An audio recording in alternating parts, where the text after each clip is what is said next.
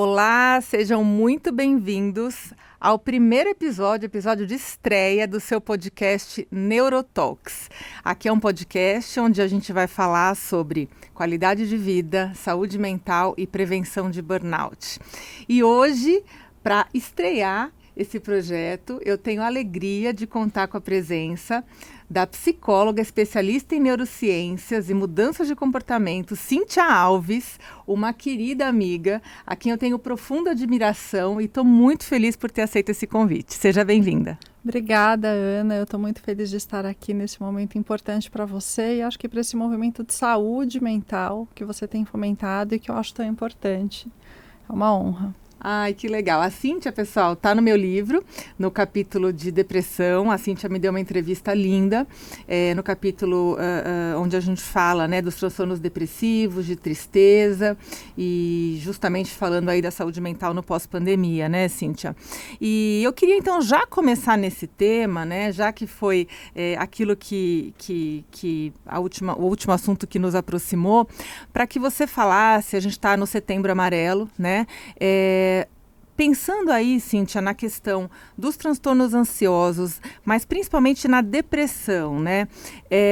Por que você acha, Cíntia, que é tão importante a gente trazer esse assunto na mesa, né? Colocar esse assunto em pauta nesse mês do Setembro Amarelo, quando muita gente acha, né, que suicídio não tem prevenção, que as pessoas que falam estão só ameaçando, que não vão se matar coisa nenhuma, que estão só querendo chamar atenção, né? Sendo que a gente sabe que a gente tem uma incidência tão grande de depressão no nosso país, de ansiedade, né? Qual que é o teu olhar sobre o Setembro Amarelo?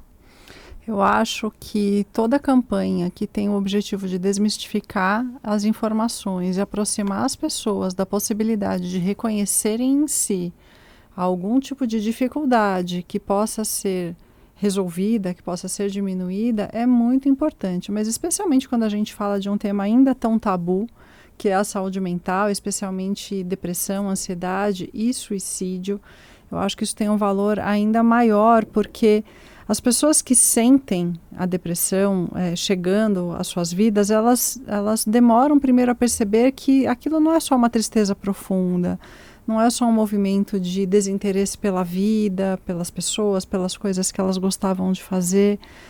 Ou quem tem ansiedade não consegue identificar que aquilo é uma falta de esperança em si mesma e no futuro. Elas vão sentindo vergonha e vão se misturando com aquele sentimento muitas vezes de fracasso, que é alimentado por esse tabu de que saúde mental é algo que você nasceu com ela e que é algo que todo mundo tem que ter a todo momento, como se fosse um platô, né? E isso não é verdade.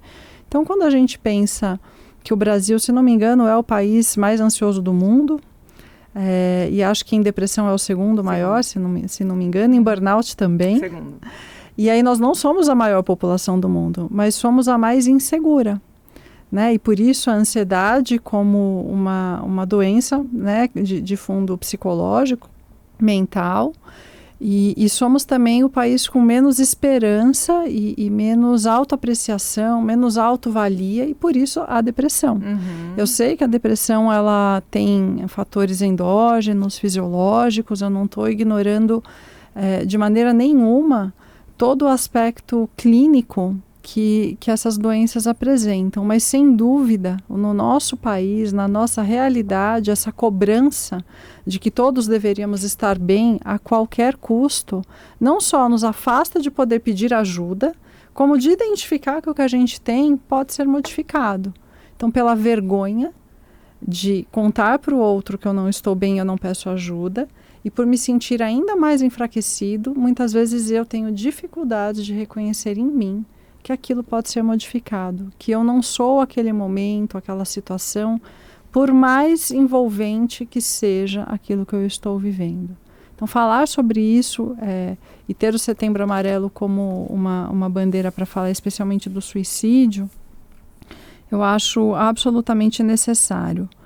Por muito tempo, a gente lutou contra a morte e poucas vezes a gente se preocupou em cuidar da vida.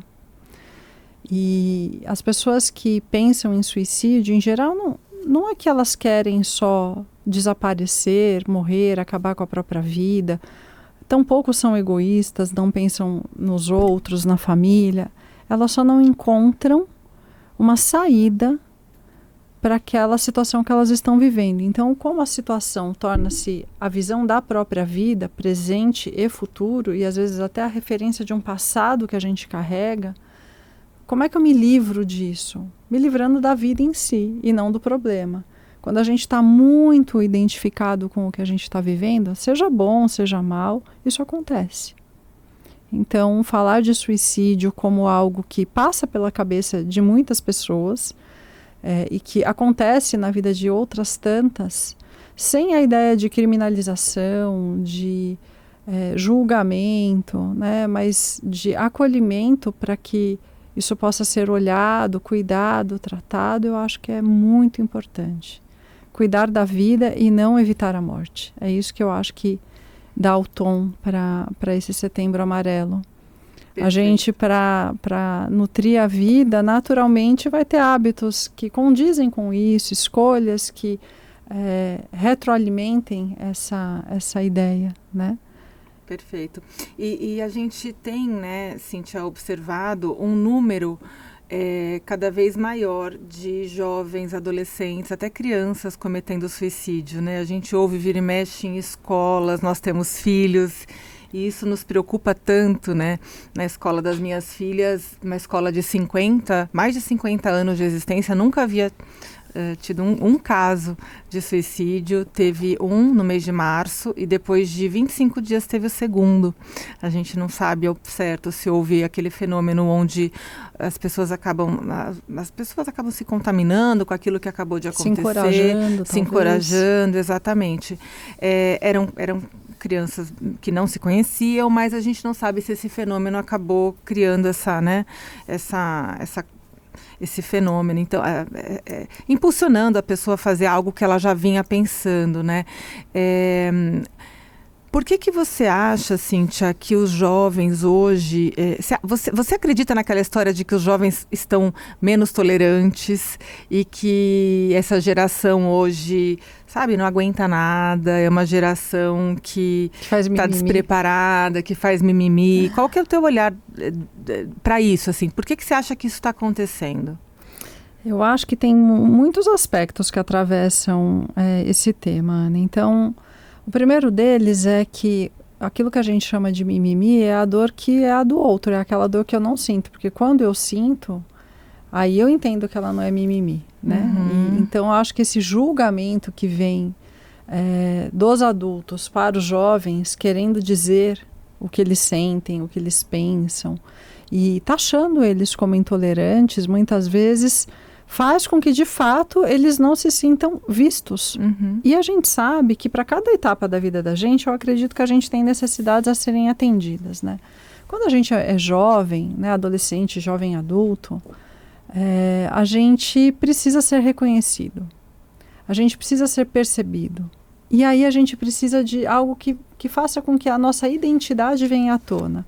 Por isso a necessidade de estar em grandes grupos ou de fazer escolhas que possam ser de fato notadas. Para alguns isso vai ser chocante, para outros vai ser corajoso, ousado. Então vamos entender que no auge dessa necessidade de ser reconhecidos, se a gente se sente cada vez mais julgado, colocado como mimizento ou intolerante ou o que quer que seja, a gente se sente cada vez menos visto, que vem na contramão disso que a gente está buscando. E aí eu sinto que os jovens, eles acabam criando uma dificuldade de expressarem o que eles realmente querem. E aí eu acho que, então, a primeira coisa é necessário para esses jovens esse reconhecimento de quem eles são. Sem tanto julgamento, está certo, está errado, quem de nós, quando era jovem, pode dizer, se olhando hoje, né, que estava 100% certo? Quem foi que disse que o melhor aluno da escola é hoje a pessoa mais feliz ou mais bem-sucedida e necessariamente saudável, né? Então, esses rótulos que a nossa geração carrega e que as gerações anteriores e que os nossos ancestrais, né, trouxeram por meio de crenças, comportamentos, vínculos sociais, faz com que a gente rotule o que se espera de um jovem sem ir lá checar o que ele está buscando. Eu fiz uma palestra há poucos dias para uma empresa de saúde, inclusive, e era uma roda de conversa afetiva. Esse foi o nome que eu dei para o evento, porque eu queria que as pessoas pudessem falar de afeto, do que nos afeta. E aí um participante muito corajoso, porque ele mesmo disse... As pessoas acho que mal ouvem o timbre da minha voz aqui e trabalham comigo há quase 10 anos e todos ficaram de fato surpresos com a participação dele. Ele falou, mas eu preciso dizer, para mim mimimi é o que o meu filho faz quando eu lembro que na minha infância eu tinha o pão, a manteiga, um copo de leite e às vezes o achocolatado para colocar dentro. E aí eu sirvo a mesa e tem lá frios de todos os tipos, leite com lactose, sem lactose, de amêndoa, de não sei o que. Pão de queijo. Danone. E ele olha e fala, não tem... Nutella. Sucrilhos. Eu estava tentando evitar a marca, mas não tem sucrilhos, né? E aí, para mim, isso é mimimi. Eu perguntei para ele, tá, mas... por que é mimimi? Porque tem tanta coisa, mas não tem a única coisa que ele queria. Né? E aí, assim, porque te faltou toda aquela mesa, ela está farta para tudo que você queria para hoje, que talvez quisesse, né, na infância, na adolescência, não tenha tido condições de ter a mesa. Mas você perguntou para o seu filho? Talvez ele não quisesse nada daquilo, ele só quisesse os sucrilhos, que poderia ser mais fácil, acessível, mais barato. Então, perceba o julgamento. Eu acho que essa situação ela é muito emblemática. Ela conta muito para a gente sobre como a gente pressupõe e julga o comportamento dos jovens a partir daquilo que a gente não teve ou que a gente achava que deveria ter e como eles têm em abundância, em facilidade, em acesso, como eles podem se queixar. E nós somos de uma geração de proporcionar muito aos filhos, né? Muitas atividades extracurriculares, muitas compras, muitas viagens, muito consumo, muito acesso, muito tudo, né? Isso. Então, e não é às vezes o que ele está precisando. E às vezes não é aquilo que ele está precisando. Então eu acho que esse outro ponto corrobora para essa questão da identidade dos jovens, né? Da gente vê-los como intolerantes. Agora, fora isso, que eu acho que tem a ver com a nossa expectativa de agradar o tempo inteiro, são eles que são intolerantes? Bom, alguns com certeza, todos somos em certa medida. Mas qual é o meu nível de tolerância quando eu não consigo atender o meu filho? De que dor a gente está falando aqui? É a dor dele, de não ter o que ele gostaria? Ou eu estou falando da minha dor, de fazer acontecer, me desdobrar, levar no inglês, no balé, no judô, no sei lá onde... E esse menino ainda tem capacidade de reclamar da vida. Olha quantos pares de tênis ele tem. Ele não queria 5 pares, ele queria só um, que é aquele outro lá. Ó. Era aquele lá, porque para ele parece mais confortável, mais bonito, mais o que quer que seja. E aí, como ele não tem aquele, ele tá de bico. E aí eu me incomodo, porque eu não tolero a insatisfação.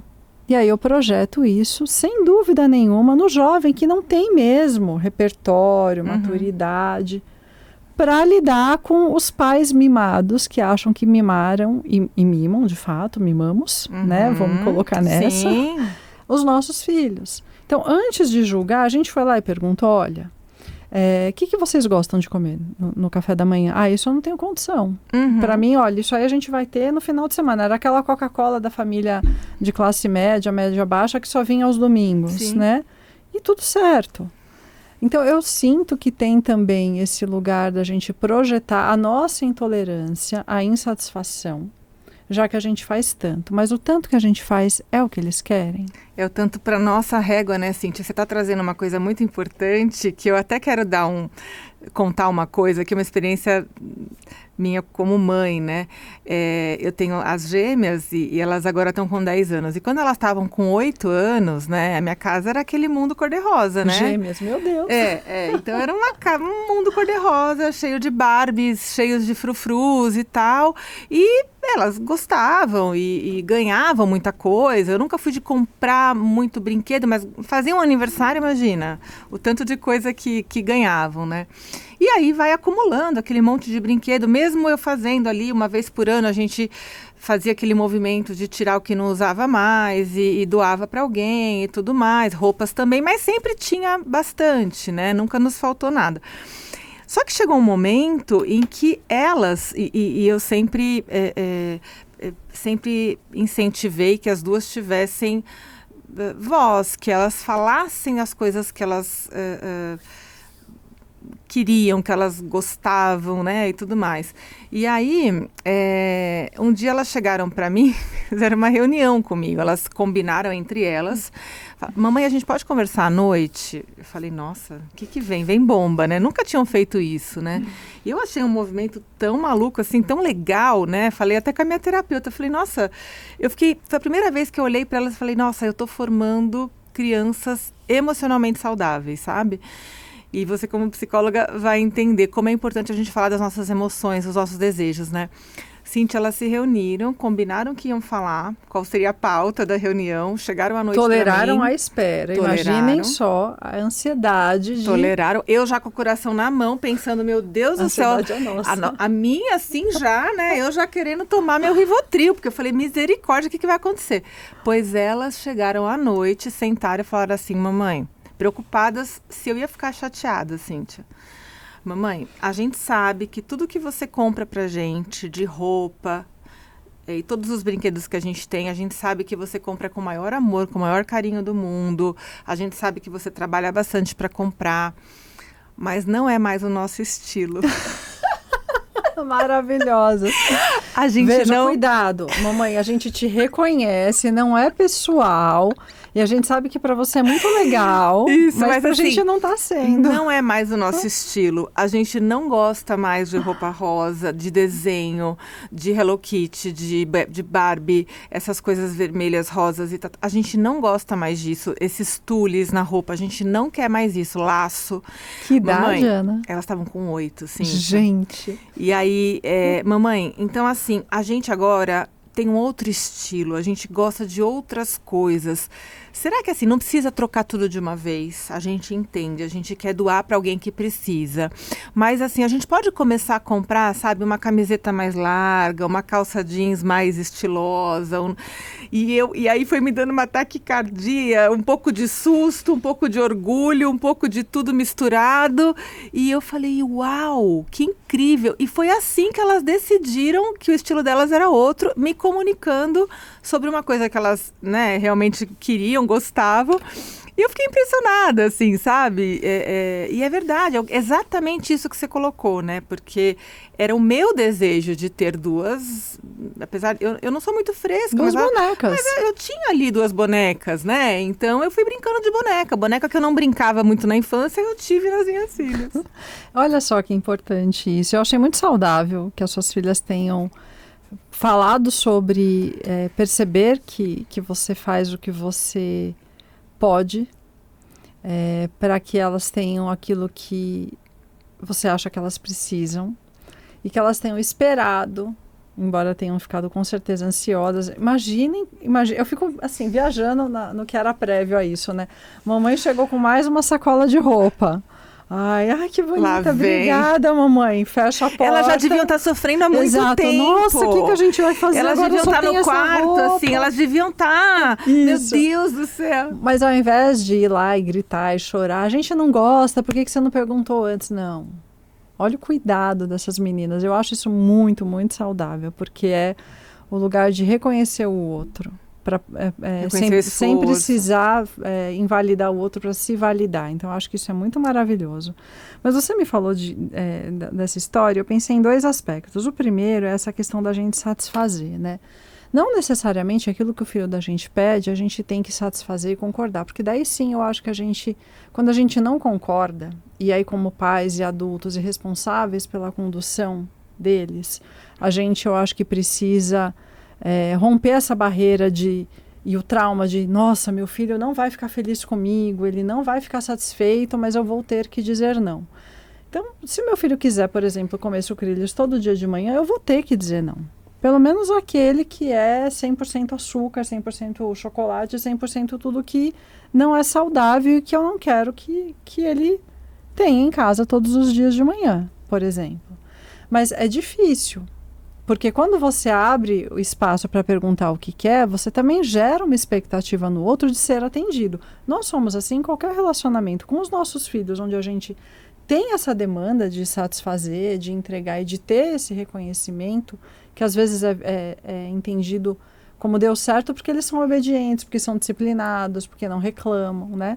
E perdem a si mesmos, né? A gente nem percebe, mas a gente está educando futuros adultos que vão sempre se moldar ao que esperam de nós ou em aceitar o que chega, sem questionar ou sem se queixar quando isso não funciona. Claro que esticando bem a régua e colocando uma lupa grande, mas lá no fundo, no campo da experiência, quando a gente não tem o julgamento é certo e errado, amo minha mãe, não amo minha mãe, não tem nada disso. Tem o que fica do sumo, né, do que está sendo vivido. Então, satisfazer não necessariamente é dar o que pede. Limite também satisfaz. Né? Dizer não, ou em que momento aquilo vai ser possível, ou que não será possível, também é importante, porque daí quando a gente fala da intolerância dos jovens, eu vejo que ela aparece, como também para nós aparece, quando o nosso limite não está sendo respeitado, né? Agora, uma outra coisa maravilhosa que eu acho que você fez com as suas gêmeas aos 8, como elas se chamam, Ana? Gabriela e Maria Fernanda. Gente, Gabriela Gabi e Maria Fernanda. Gente, eu quero ser amiga de vocês, duas tá? figuras, duas figuras. Eu conheci esse tema há pouco tempo, confesso, que é o neurocompatível. Que é você... Não conheço. É você justamente fazer o que você fez, validar a necessidade que chega, mesmo que não foi aos 8 anos, ou não é aos 8 anos que se espera que a criança diga o que ela quer vestir ou não. Não importa, a sua filha está dizendo. Qual é o tamanho da potência que tem poder fazer isso? Dizer, tá bom, eu valido o que você está me trazendo. Porque essa ideia de neurocompatível, ela vem no contrário de que do 0 aos 2 anos a sua criança deve X, P, T, O. E aí dos 2 aos 7, e assim vai. E ao longo da vida a gente faz isso. A gente diz em que momento as coisas devem ou não acontecer. E aí pensa comigo. Tudo bem, a gente tem um relógio biológico, que eu costumo chamar de ciclo biológico. Porque quando a gente pensa em relógio biológico, parece que a gente só está falando de fertilidade, né? Sim. Ou do horário em que você vai dormir. Né? O ciclo da vida. Tem coisas que vão chegar e ser acolhidas com mais saúde ou mais recursos em determinadas fases da vida da gente. Mas definitivamente outras tantas não precisa ser assim. E a gente foi formando, a palavra formação coloca na forma e diz que é isso, né? Cheio de bordas. Sem considerar as capacidades e as características que tornam cada pessoa única. E aí quando a gente pensa em saúde mental, eu já te disse, eu acho que isso outras vezes, para mim, uma pessoa saudável emocionalmente, ela tem muitas características, sem dúvida, mas uma delas desponta, que é a espontaneidade. Se eu estou em um ambiente ou em um relacionamento em que eu não posso ser eu mesma, em que eu não preciso, em que eu não posso me conectar com a minha essência, em que eu tenho que responder tudo na hora, reagir sem pensar, sem respirar, sem dizer, eu preciso pensar sobre isso, olha, isso é muito legal, funciona, eu tenho certeza, mas é que eu me conheço, eu sei que para mim não vai funcionar. Tá me ferindo, né? Exato, né? E que isso faz com que, em larga escala, pessoas que não querem ser advogados estudam direito, porque o pai, o avô, não sei quem tem um negócio. Então, como é que isso reverbera em saúde mental? Se eu tenho uma vida de sacrifícios, ou seja, em que eu me afasto da espontaneidade, que é eu poder, ao menos, acessar o que eu quero, expressar o que eu quero, não significa necessariamente viver o que eu quero. Isso é o ideal, mas não é a todo momento que a gente vai viver, né, o que a gente quer. Então, se eu me afasto dessa espontaneidade, eu naturalmente estou vivendo uma vida de sacrifícios. E sacrifício é algo que gera rigidez, recalque e cobrança. Que te aproxima da doença mental, né? Da doença mental, que é contra aquela ideia que a gente falou aqui no início da conversa de cuidar da vida, ao invés de evitar a morte, né? Então, cuidar da vida significa regar essa espontaneidade. E como é que a gente faz isso? Se perguntando, você tem vontade? O que aconteceria se você tivesse curiosidade para testar esse outro jeito? Sem dizer que aquele é o jeito certo ou que tem que funcionar, né? Sacrifício é algo que você faz em situações muito extremas, que envolva, sei lá, uma necessidade absurda. Eu preciso trabalhar hoje até mais tarde porque eu tenho um paciente que está com pânico e ele está em crise. Então, eu vou fazer esse sacrifício hoje. Eu não posso fazer isso todos os dias. Ou a minha vida em sacrifício vai exigir que todo o entorno faça movimentos de reconhecimento para mim. E aí, eu não me reconhecendo, porque eu não tive uma educação neurocompatível, ou eu não sou neurocompatível comigo mesma, e muito menos com os outros, eu fico com um buraco vazio que me gera uma necessidade de compensação. Então, como é que a gente deveria compensar o desgaste, o cansaço? Com descanso. Mas o que eu faço quando eu saio de lá? Eu não vou descansar. Eu vou lá e aí eu vou me dar uma bolsa bem linda e bem cara, porque eu mereço. Claro que eu mereço. Trabalhei 14 horas hoje. Então eu preciso me recompensar. E aí, o que acontece com o meu sistema neurológico? Você sabe disso muito melhor do que eu. Quando eu me recompenso, eu reforço aquele comportamento. Que não é o bom. É o sacrifício, é o que me coloca em vida de sacrifício. E eu começo a achar que todo mundo que não é capaz de fazer sacrifícios por mim ou por aquilo que eu acho que é o certo, está errado. E aí eu enrijeço a possibilidade da gente falar de sentimentos e com isso de reconhecer quando a minha tristeza ela dura mais do que 2 ou 3 semanas e, portanto, talvez ela seja um quadro de depressão. A mesma coisa a minha ansiedade, a minha preocupação e a minha expectativa com o futuro, ela é sempre exageradamente negativa e ela já dura mais do que 2 ou 3 semanas e eu não consigo nem reconhecer. Quem dirá dizer para o outro? Porque eu não tenho culturalmente um espaço seguro para falar de sentimentos. E por quê?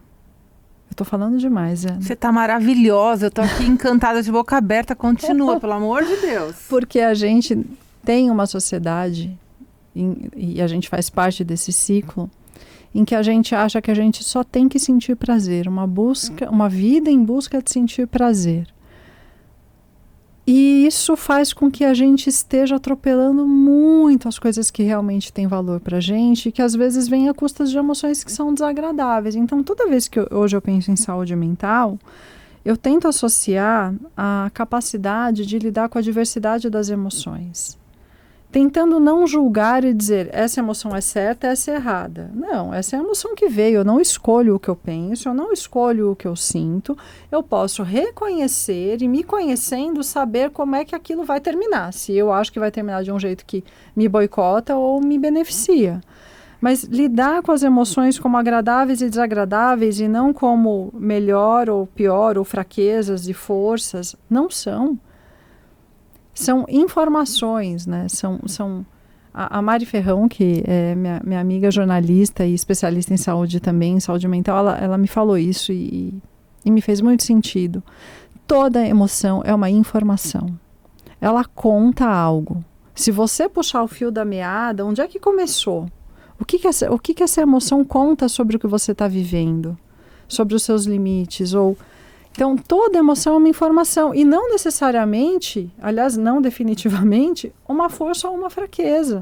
Porque quando a gente categoriza, a gente se coloca em uma meta, às vezes, inatingível, que é a que a gente falou também aqui não sei se já assim, na prévia do podcast, que a gente estava aqui no né? Num briefing bom. Ou no início, em que a saúde mental é uma coisa assim que não precisa ser cuidada. Você nasceu com ela. Como que você não tem saúde mental? Como que você não tem equilíbrio? Como que você não pode lidar com essas coisas que estão acontecendo? Hoje eu não posso. Como você não dá conta? Não dou. Hoje eu não dormi bem, né? Ontem, enfim, eu até fiz um post bem ousado, eu achei ontem. Acho que foi ontem. Tô amando os seus posts, estão maravilhosos. Obrigada. Mas eu postei uma foto minha assim, que eu abri a galeria, a primeira foto que eu vi de um ensaio que eu fiz há pouquinho tempo. Eu falei, gente, essa sou eu saindo para trabalhar, me arrumo, me maqueio e tal. Quem me vê aqui na rede social acha que essa é a vida, né? Eu fui lá e coloquei essa moça bonita aí, arrumada, maquiada, que saiu para trabalhar, ainda hoje enfrenta um pequeno caos emocional. E precisou se recompor e seguir a vida adiante. Mas a gente não entra aqui no Instagram para olhar as pessoas e as histórias de causa emocional e de dificuldades. A gente não faz isso, Não. sejamos honestos. Sim. E quando a pessoa tá ali falando de tristeza, você dá um unfollow, porque, não, muito baixo astral, nossa, a pessoa só reclama da vida. Pesada, né? Ao mesmo tempo que a gente não aceita essa pessoa pesada, a gente olha para aquela que tá ali poliana, só postando coisas boas, mas isso é completamente real, isso não me serve de nada, eu olho para ela e me sinto muito pior. No fundo, a gente vai ali buscar uma receitinha ou uma pílula de alguma coisa que nos atenda, para que a gente tenha a motivação para chegar no final do dia. Você né? sabe que isso que você está falando, né? Foi o que me motivou, Cíntia, a escrever. No primeiro capítulo do meu livro, eu me coloquei como uma paciente de transtorno ansioso. Né, que muita gente não sabia, que só sabe depois que lê o livro, né? Eu tive pânico aos 17 anos e cuido disso até hoje, né? Então, desenvolvi um transtorno ansioso por várias razões e tal, muitas crises de pânico que me impossibilitaram de sair de casa, inclusive, uma época, de parar de dirigir. Isso impactou muito a minha vida na época de faculdade. Eu morava no ABC Paulista, fazia faculdade em Santos, e eu coloco isso um pouquinho no livro e tal. E ficar longe da minha família, quando as minhas amigas de República saíam de casa e eu ficava sozinha, e eu tinha vergonha de falar para elas que eu tinha. Então, assim, eu sofria pelo pânico e também sofria pela vergonha se o pessoal soubesse, né? Se as pessoas soubessem o que iam pensar de mim e tudo mais. Então, foi uma época muito difícil e eu fiz questão de que o livro começasse com essa minha experiência, essa vivência, justamente para quebrar esse tabu, para desmistificar, porque muita gente olha, né? Essa capa ficou belíssima, essa foto. Gente, tá um arraso. Aliás, leiam o livro. Essa foto, que é a mesma que eu adoro ali, enfim. Que, nossa, que mulher incrível, né? Realmente ficou uma foto muito bonita. E o pessoal fala, nossa, neurologista, Instagram e tal, palestrante. Não, peraí, ninguém vê os tombos que eu tomo, ninguém Quem vê coisa não vê, corre, né? Exato, ninguém vê o tratamento que eu faço, assim, o sufoco que é para eu me manter sã emocionalmente, ninguém vê a fortuna que eu já gastei de psicoterapia, tô brincando. Não, mas é verdade. Que é um investimento. E a gente não conta também. É um investimento. Porque ninguém quer ouvir. Exato, é um investimento tremendo que eu faço questão de investir na minha saúde mental, faço questão de fazer meu balé, de fazer minha atividade física, eu sei que você faz natação. Sim. Então, assim, e faço questão e sei que preciso. Preciso ter o meu final de semana, preciso ter as minhas férias, preciso ter o meu feriado. Antes de começar, estava aqui te contando que a minha terapeuta fica na minha orelha toda hora. Como é que tá? A semana tá muito corrida. E o fim de semana, como é que vai ser? Não vai trabalhar não, né? Porque eu amo, invento mil coisas, invento moda toda hora, né? Então, se deixar, eu vou colocando tarefas no meu tempo livre também, né? Então, esse tempo livre, entre aspas, não é mais livre. Então, tenho essa tendência, porque amo o que eu faço, e aí entra já um pouquinho no assunto do burnout aí, né? De quem está muito envolvido com o trabalho. Então, eu fiz questão de começar assim o livro, Cíntia, para desmistificar isso, sabe? Para as pessoas pararem de olhar, uau, nossa, ela não deve ter problema, né? Dá conta de tudo. Dá conta o caramba, né? Eu sou um ser humano, bem, sabe? Calcei as sandálias da humildade, me despi e o pessoal tá amando, me dando um baita feedback. Maravilhoso. É maravilhoso, Ana, porque eu acho que a verdade é o que conecta as pessoas. E um propósito como esse, que de tão forte pode até levar você a um burnout, porque você se envolve tanto com o quão gostoso é servir, entregar e sentir que você pode ajudar alguém, fazer a diferença na vida de alguém, e esse alguém vai multiplicar isso, né? Vai reverberando. É uma coisa assim que você não consegue chegar até onde atinge, né? Então, você poder falar da sua verdade faz com que as pessoas possam se identificar com o que é de verdade nas nossas histórias, né? Quando a gente para olhar para a gente, você não chegou ao mundo a doutora Ana Paula, né? Chegou a Ana, com um monte de anseios e dificuldades, e já foi a garotinha que não gostava do que tinha para vestir e depois gostou mais, já foi a garotinha que gostou de alguém e foi correspondida e num outro momento não, que teve amigos e sofreu bullying ou fez bullying também, querendo ou não, sabendo ou não. A gente olha para o momento atual e fica nele, se paralisa e não percebe que às vezes a gente tá só olhando para frente, correndo. Calma. Pausa. Stop. Silencia. Quem é você hoje? Em psicoterapia, às vezes os meus pacientes dizem, eu acho que eu sou uma outra pessoa, porque você está me dando uns feedbacks aqui que combinam com feedbacks que eu estou recebendo no trabalho da minha esposa. Eu vi isso ontem de um paciente, inclusive. Mas não era assim que eu me percebia. Ah, não, e como é que você se percebia? Não, como eu era antes. Antes de quê? Antes do de quê? quando? Porque a vida vai transformando a gente. Uhum. E a gente vai alcançando as coisas. E a gente vai deixando de aproveitar a jornada.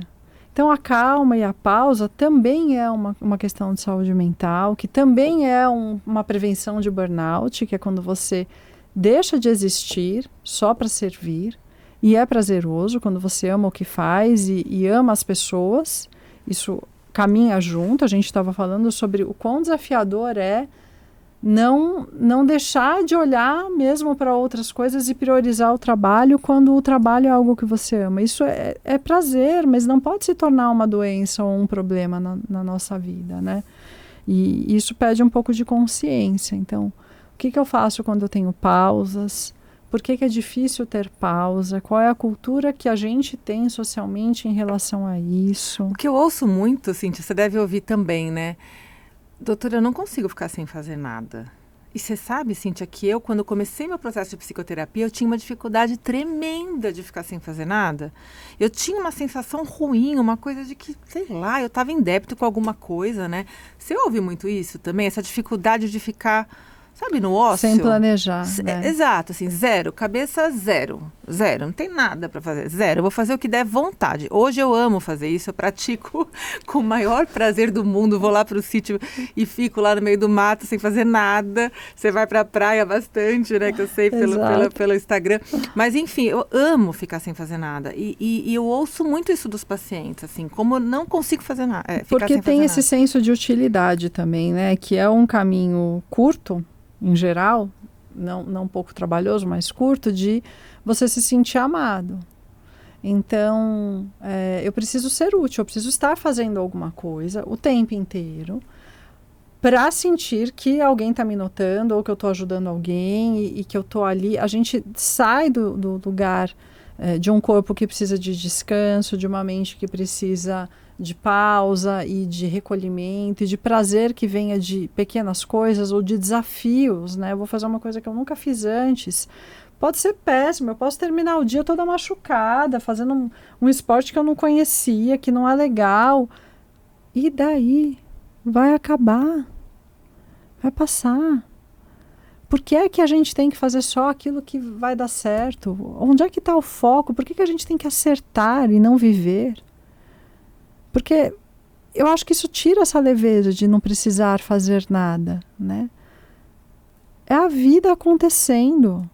Quando eu olho para a florzinha ali, né, desabrochando, eu sempre penso, qualquer árvore gigante, principalmente essas que tem, mesmo em São Paulo sendo uma cidade, né, tão enfim, caótica, assim, eu sempre estou procurando onde é que está o vestígio do verde na natureza. E aí, às vezes, tem essas falsas seringueiras que são imensas, e eu falo, gente, isso foi uma semente. Uma coisa minúscula, que ficou debaixo da terra e quem olhava nem sabia o que estava acontecendo, e a gente tem esse hábito, né, de porque não está vendo, acha que não tem nada acontecendo. E ela estava ali criando raiz, criando estrutura para depois romper o solo. E aí eu penso num solo como São Paulo, não é aquele solo fofo, né? É um solo cheio de asfalto, de pedra, de cano.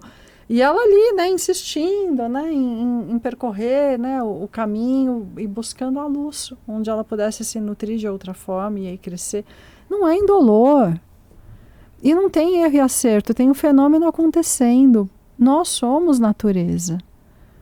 Nós precisamos olhar para aquilo que a gente está vivendo da mesma forma.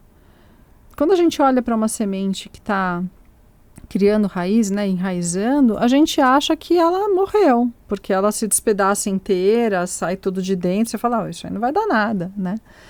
Se você fizer isso com a sementinha do feijão no algodão e ficar ali observando, você vai ver que é isso. Você olha e fala, nossa, mas que esquisito. E daquilo ali sai um alimento, né, que nutre, que, enfim. Então, é o tipo de coisa para a gente pensar que a pausa ou os caminhos que a gente percorre, se estiverem longe da necessidade de dar certo e, portanto, de ser útil, e esse é o link, e eles puderem ser aquilo que eles podem ser, né? Às vezes eu vou em exposições de fotografia que são fantásticas, outras que eu olho e falo, meu Deus, o que foi que eu vim aqui mesmo, né? E daí, eu fui conhecer o trabalho de alguém, eu não preciso gostar de tudo que eu vejo, nem tudo que existe tem que ser agradável para mim.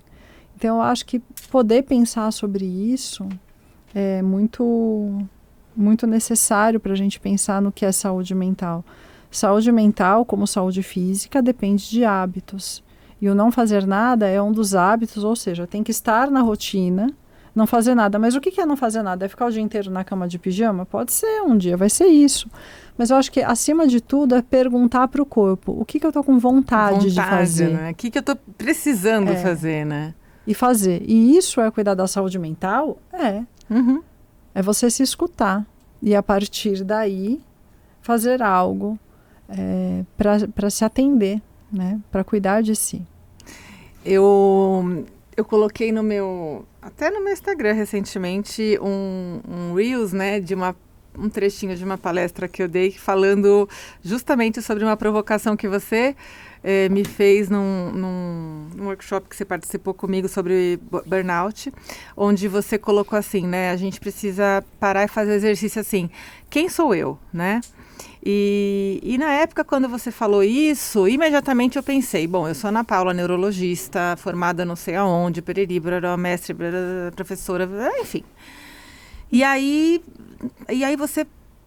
Não, calma, não é isso. Antes disso, eu sou mãe, eu sou esposa, eu sou filha, eu sou bailarina, eu sou um monte de coisa, eu gosto de um monte de coisa.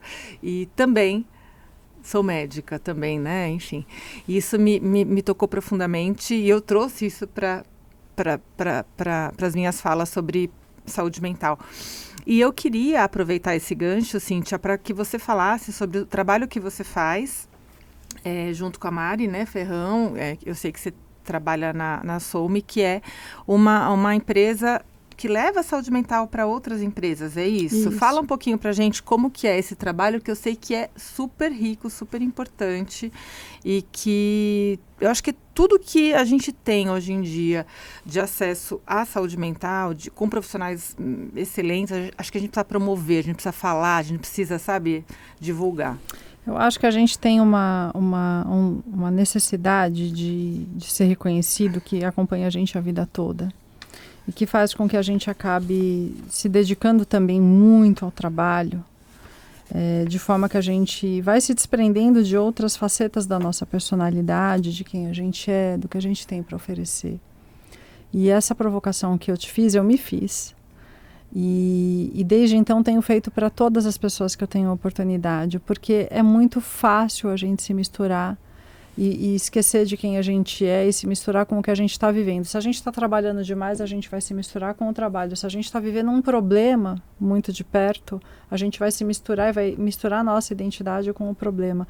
Isso porque, para nossa mente, o que a gente sente é que é a verdade sobre nós. Então, se eu estou acompanhando uma pessoa que está acamada há muito tempo, a minha experiência diária com esse cuidado, em ser o cuidador, profissional ou não profissional, é de exaustão, é de entrega, de muita responsabilidade. Eu chego no final do dia sempre com a sensação de exaustão, de preocupação com o dia seguinte, de tensão com o que pode acontecer. E eu começo, de fato, a fazer dessa experiência a minha vida. E a minha noção de quem eu sou a partir daquilo que eu estou vivendo naquele momento, seja ele de 2 meses ou de 1 ano, um pouco mais prolongado. Da mesma maneira, eu acho que a gente tem o trabalho, né? Então, se eu estou gostando muito do que eu faço, vendo muito resultado na vida das pessoas, me sinto satisfeita com o retorno que eu tenho disso, né? Dessa sensação, inclusive. Eu passo a fazer cada vez mais disso e no final do dia eu sou o resultado das experiências que eu tive. E as experiências que eu tive foram de trabalho, logo eu sou o meu trabalho, eu sou uma extensão. Por isso, eu acho que a sua terapeuta insiste, acho que ela está certíssima, sobre a questão do uso do tempo. O uso do tempo com outras atividades. Então, eu sou também a bailarina, mas para eu saber que eu sou a bailarina, eu precisei ir ao balé. E eu não pude faltar porque eu tinha uma reunião ou um paciente a mais, né? Eu sei que eu sou mãe porque hoje eu tive a reunião de escola dos meninos, né? Ou porque eu estudei com as minhas filhas, sentei para conversar sobre algo, não sei. Coisas que estão na vida da gente que a gente aos poucos vai deixando para lá porque não são obrigação. Então a gente tem essa cultura da vida ser sempre movida pela obrigação. E não precisa ser assim, né? Então, eu acompanho o trabalho de uma menina que eu gosto bastante também, que trabalha com o método da Louise Hay, que é a Juliana Honorato. E ela fala, se você chega todos os dias, semana após semana, cansada do seu trabalho, sem tempo para si mesma, e com a sensação de que não é reconhecida, saiba que isso não é o normal. E a gente começa a naturalizar e como a nossa mente se adapta, a gente vai tocando. Bom, isso adoece as pessoas. E com isso, quando a gente vai para as empresas para atendê-las, um insight que eu tive um dia desses e que eu compartilhei na Somi e elas veem da mesma forma, é que a alma do negócio, de qualquer negócio, são as pessoas. E a gente está lá para cuidar delas. E cuidar delas nesse aspecto. Quem é você? O que você faz? Para sentir que você é quem você é. Eu quero ser diferente. Em quê? Quero me sentir mais ousada. Quais são as experiências que uma pessoa ousada tem na sua opinião? Ela faz um esporte novo. Ela visita um lugar que ela nunca foi. Ela vai comer uma comida que ela ouviu falar que pode ser que ela não goste. Ela faz coisas, ou seja, ela ousa experimentar para saber o resultado, ao invés de saber o resultado e ficar repetindo ele uma vida inteirinha. Então, sair desse piloto automático. E as provocações que a gente faz nas empresas tem a ver com esse resgate da identidade, né? Assumir é a alma, né? O sentido. Então, qual é o seu encontro com a sua alma? Qual é a sua intimidade com quem você é? Com a sua própria natureza? Com aquilo que você tem e que ninguém mais tem, porque não tem outra Ana. Tem outras médicas neurologistas, outras mães de meninas gêmeas, inclusive.